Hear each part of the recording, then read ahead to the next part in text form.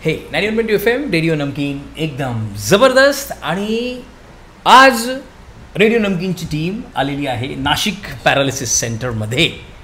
नमस्कार डॉक्टर. तर नमस्कार, मी doctor Rajendra Kadnar, Nashik paralysis centre. माझा एक असा प्रश्न आहे माझ्या मनात की दैनंदिन क्रिया कशा चालतात नाशिक पॅरालिसिस सेंटरमध्ये? नाशिक पॅरालिसिस सेंटर दैनंदिन क्रिया खूप छान क्वेश्चन केला सर. तर दैनंदिन क्रिया सकाळी 6 वाजता आमचे माणसं जे पेशंट जे केअरटेकर असतात, आमचेच माणसं वॉर्ड बॉय, तर ते सकाळी 6 वाजता उठून 6 ते 8पर्यंत स्पंजिंग करणं, आंघोळ घालणं, त्यानंतर सिस्टर येऊन मेडिसिन देतात, कॅन्टीनवाले येऊन नाश्ता देतो, अशा प्रकारे 6 ते 8पर्यंत सर्व क्रिया होतात. 8 वाजता बरोबर फिजिओथेरपीला पेशंट पुढे येतो. का ए बॅच, बी बॅच, सी बॅच आणि डी बॅच अशा 4 प्रकारच्या बॅच केलेल्या असतात. तर ए बॅच जेव्हा फिजिओथेरपीला येते तेव्हा बी बॅच ही ॲक्युपंक्चरला चालू असते, सी बॅच गार्डन फिजिओथेरपी असते, गार्डन फिजिओथेरपीला चालते, आणि डी बॅच पंचकर्म चालू असतं. ए बी सी डी अशा प्रकारच्या बॅच केलेल्या. 8 वाजेपासून ते 1 वाजेपर्यंत physiotherapy, acupuncture, acupressure, stimulation, panchakarma, speech therapy, garden therapy या सर्व केल्या जातात. 8 वाजेपासून 1 वाजेपर्यंत. 1 ते 3 आराम असतो. 1 ते 3 आराम असतो. या काळामध्ये दुपारचं जेवण, फीड असतं, तर फीड वगैरे सगळ्या गोष्टी केल्या जातात. 3ला परत फिजिओथेरपी स्टार्ट होते. आमच्याकडे 12 प्रकारचे फिजिओथेरपिस्ट, मेल फिमेल 12 फिजिओथेरपिस्ट आहे. तर 3 वाजेपासून तर संध्याकाळी 6पर्यंत परत फिजिओथेरपी चालते. अशा पद्धतीने आमचं डेलीचं रुटीन चालतं. सोमवार ते शनिवार याच पद्धतीने रुटीन चालतं. फक्त रविवार एक वेगळा असतो. रविवारचं फिजिओथेरपिस्टचं आणि पंचकर्माचं शेड्यूल ठरतं. डिटेल पंचकर्म चालतं. सकाळी 9 पासून तर दुपारी 2 वाजेपर्यंत पंचकर्म चालतं. आणि 2 ते संध्याकाळी 5 वाजेपर्यंत एक काउन्सिलर राहतात, सायकॅट्रिक काउन्सिलर. त्याचं सायकॅट्रिक काउन्सिलर हे पेशंटचे विल पॉवर वाढवण्यासाठी ते काउन्सिलिंग करत असतात.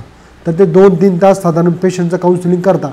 त्यामध्ये परत पेशंट विल पॉवर वाढून सोमवार ते शनिवार परत पेशंट पुशअप होतो. अशा प्रकारे आमच्या दैनंदिन क्रिया चालतात. क्या बात आहे, व्हेरी नाईस. ओके सर, आपल्यासोबत कॉलर जोडलेले आहेत माधुरी पाटील म्हणून. बघूया त्यांचा काय प्रॉब्लेम आहे. हॅलो, नमस्कार. हा सर, नाशिक पॅरालिसिस सेंटर मी नाव ऐकलं. ओके. रेडिओला आता चालू होतं ना, हो, तर मग मी त्याच्यावर ऐकलं, तर त्या संदर्भात मला बोलायचं होतं डॉक्टरांशी. नक्कीच. तुमचा काय प्रश्न आहे? डॉक्टर समोर आहेत, त्याच्याशी बोला प्लीज. सर. ओके, बोला मॅडम. हा, माझा प्रश्न असा आहे सर, का माझ्या सासऱ्यांना ना आता 6 महिन्यापूर्वी पॅरालिसिस झालेला होता. हो.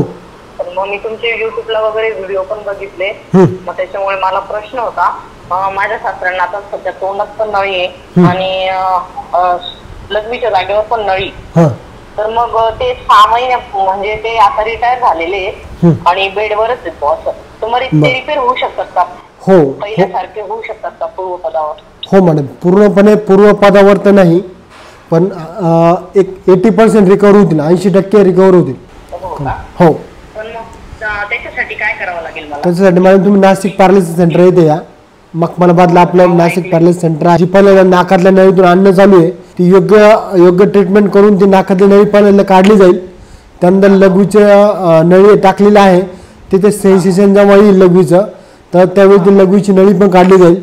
त्यानंतर हळूहळू स्टेप घेऊन ते चालतील हळूहळू. एक साधारण 2 ते 3 महिन्यामध्ये पेशंट नक्की चालायला लागेल. तर कडकपणा असेल तर कडकपणाला आमच्याकडे वेगळ्या प्रकारची आयुर्वेद ट्रीटमेंट असते, तर ती ट्रीटमेंट देऊन पेशंट लवकरात लवकर चालायला लागेल. सगळं ॲक्युपंक्चर होते, फिजिओथेरपी होते, स्पीच थेरपी असते, नर्सिंग केअर असते आमच्याकडे.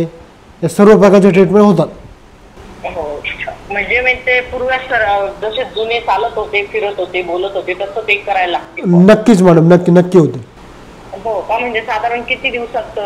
साधारण पुढच्या 2-3 महिने. तुम्ही ऑलरेडी उशीर झालात, 6 महिन्यानंतर आलात. अगोदर याचा गोल्डन पिरियड आहे 6 महिने, पण ठीक आहे, तुम्ही 6 महिन्यानंतर कॉल करताय. मी आता नाही का रेडिओला तुमचं ऐकलं आणि मी असं युट्यूबला पण बघितलं होतं, पण मग म्हटलं आता सरळ समोरासमोरच बोलणं होऊन जाईल सरांशी. हो. आणि तुमच्या तिथं कसं माहिती का, बेड वगैरे आणि कसं जागा म्हणजे लवकर भेटत नाही असं. हो ना. तर वेटिंग बरं आहे मॅडम, सर्वच पेशंट आहे वेटिंगला. हो. चालेल मॅडम, तुम्ही नक्कीच घेऊन या. आपल्याकडे 1 लाखापेक्षा जास्त पेशंट रिकवर झाले 8 वर्षामध्ये. ओके ठीक आहे चालेल सर मग मी तसा फॉलोअप घेते तुमचा. चालेल थँक्यू मॅडम. सर आता लोकांना खूप त्रास आहेत आणि लोक खरंच एक चांगली जागा शोधत आहे. आता या मॅडमचा क्वेश्चन होता तर मी तेच सांगितलं की अगोदरचे 6 महिने गोल्डन पिरियड आहे. त्याच्यामध्ये तुम्ही असं बघू नका की पेशंटचा ऑपरेट झाला आहे, स्कल अर्धा काढून ठेवलेला आहे, पटकन रिहॅब सेंटरला दाखवलं, पटकन फिजिओथेरपी सुरू करा, ॲक्युपंक्चर सुरू करा, पंचकर्म सुरू करा, अशा प्रकारचे ट्रीटमेंट तुम्ही पटपट सुरू कराल तर आपल्या पेशंटला 6 महिन्याच्या आत रिकव्हरीला टाईम लागणार नाही. डॉक्टर मला एक प्रश्न असा मनात की काही वेळेला काही लोकांच्या छातीमध्ये याची चमक भरते, अचानक चमक येते, गॅसमुळे पण होऊ शकतं ते. हो, गॅस पण त्याचा काही ब्लड प्रेशर किंवा असा काही संबंध असतो का चमकेचा? हो, असू शकतो. म्हणजे बीपीचा आजार जर असेल तर बघा डाव्या बाजूला हृदय असतं, डाव्या बाजूला हृदय असल्यामुळे ते दुखणं निग्लेक्ट करणं चुकीचं आहे.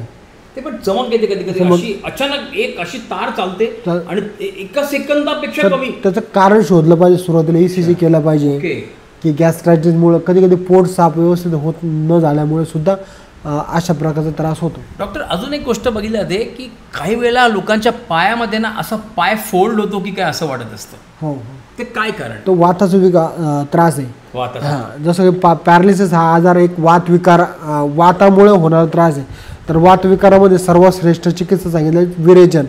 विरेचन देऊन पेशंट वातविकार बऱ्यापैकी बरे होतात. पण मला सर प्रश्न असा की काही वेळेला म्हणजे असं ऐकण्यात येतं की काही लोक झोपताना पाय त्यांना असं फील होतो की पाय असा वाकडा असा हलका तिरपा होतोय की काय आतमधूनच. म्हणजे नॉर्मली जो तळपाय असतो आपण झोपलेला असे असतो ना, असं त्यांना जाणवतं की तो पायाची जे असं फोल्ड होतोय किंवा असा फिरतोय, त्याचा पॅरालिसिसशी काय संबंध असतो का? हो, जर पॅरालिसिस झाला असेल, जर असा त्रास होत असेल, नाही विदाऊट नॉर्मल माणसाला जर होतोय तर नाही तसं काय नाही, तसं काही नाही.